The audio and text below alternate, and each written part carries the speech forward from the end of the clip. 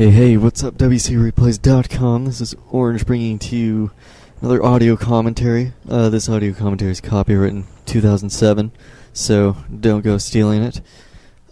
Today I have a fantastic game between Remind and Grubby. It was absolutely amazing. Some good stuff here and there, so I figured I'd comment on it and help you guys out with some timing, actually, which is the main point of this audio.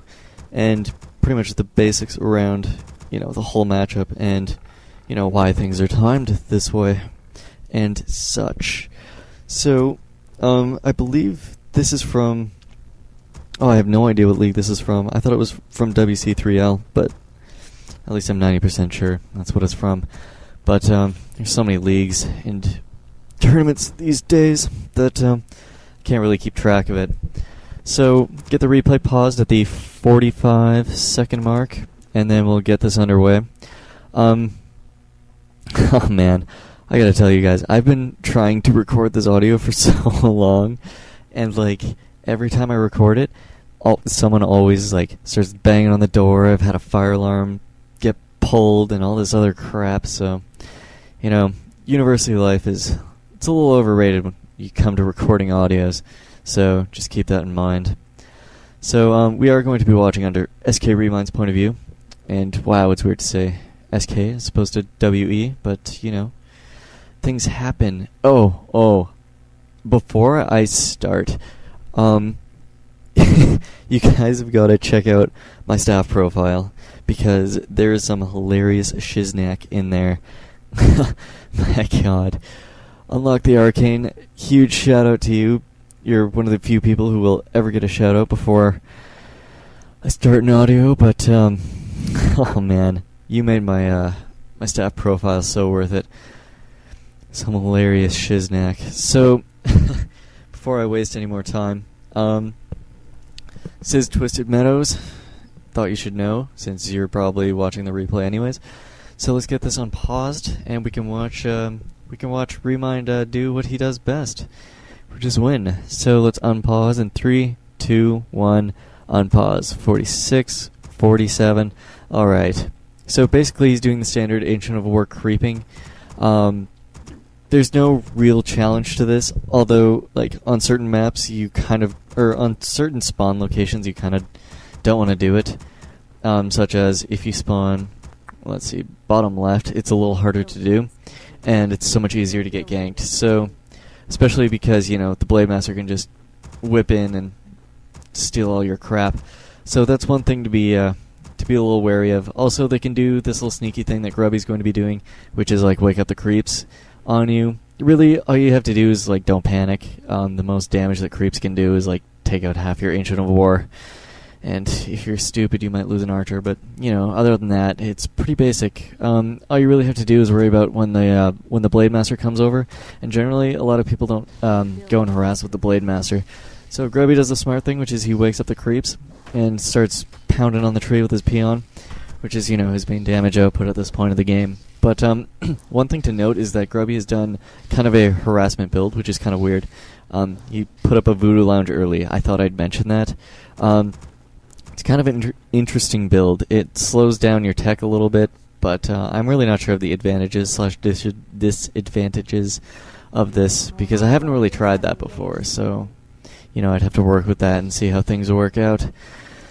So, Remind has opted to begin creeping. He should uproot his tree and start eating trees, uproot his tree and start eating trees. But at this point, it's kind of late because, if you don't get the first couple creep kills off, you're really not going to gain any advantage from creeping it out because, the Blade Master is a biatch when it comes to harassment. And so far with Remind's build, it's actually fairly easy to gank a whole bunch of those wisps. There's 3 or 4 out in the open. So generally, I would recommend against that because the Blade Master is vicious. As you can see, he doesn't even care that he's a wife beater. He just took out an archer for shits and giggles. So Remind did the smart thing, which is he didn't continue to creep an orange camp. And generally, if the Blade Master's right there, and you're not going to get the first couple creep kills, you're going to take so much more damage to it. To your Ancient of War, you might lose your Ancient of War. You'll probably lose an archer or two, and you'll take a lot of end up wasting so much moon juice early game that, you know, a tier 2 push by the orc would just end it. So, anyways, on to timing. One thing that you don't want to waste is a whole bunch of moon juice. And the reason I said I am emphasizing this is because generally at mid-game, orcs like to do a little tier 2 push. And it's not that big of a deal, but the only thing that they have to their advantage at that point is the Raider and Snare, which is pretty much the most advantageous point of the game for any orc player. The ensnare. So all you really have to do is fend off their push with the ensnare, and you should be kind of in the GG mode, and you should be able to take care of them fairly easily from then on out, you know, until you have a counter to the ensnare. Other than that, you know, if you waste a whole bunch of moon juice, they can do a whole bunch of, you know, hero focus. Even if you have a second hero, it'll die pretty quickly, so, you know, that's one thing to be careful of. If you waste too much moon juice and they tier 2 push you, you're not going to be able to do anything in, you know, regards to base defense, except maybe Uproot and Ancient, which happens to be in the middle of nowhere right now, and Ancient of Wonders aren't really that great for tanking.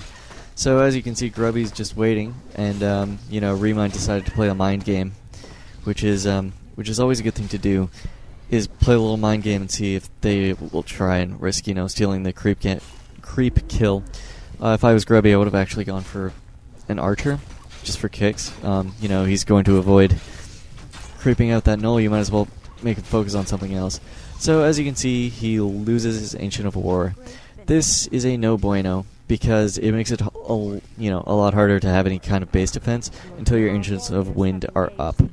And it also means you aren't going to be getting any more archers, and since those die super quickly, wow, I'm having really a lot of troubles pronouncing crap right now. But yeah, since archers die pretty quickly to any kind of focus, it's kind of hard to micro without the Ancient of War and being able to rebuild units until your Ancient of Wind is up.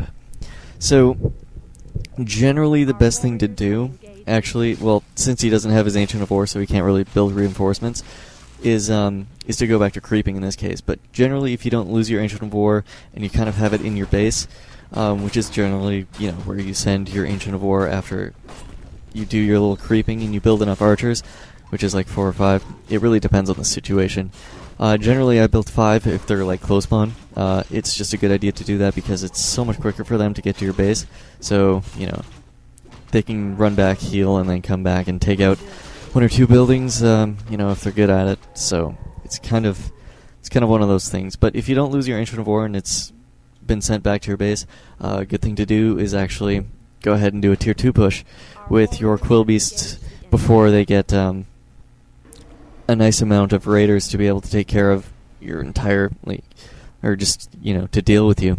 So generally at tier 2, you shouldn't have any problems until the first raider comes out, and generally you have like 40 seconds, maybe 30 seconds before, you know, he starts getting ensnare. So when you see the first raider, actually start to back off, because, you know, at that point you don't want to make it into a kind of do or die thing, because if you're attacking someone's base and they have a raider, you start running away, they're going to ensnare and start killing your units. So it's best to play on the safe side and not make it into I have to TP to save my units, as opposed to, you know, just losing them and running away and losing a whole bunch of units. You'll end up having to force a TP, which is never a good thing. But, you know, if you have a huge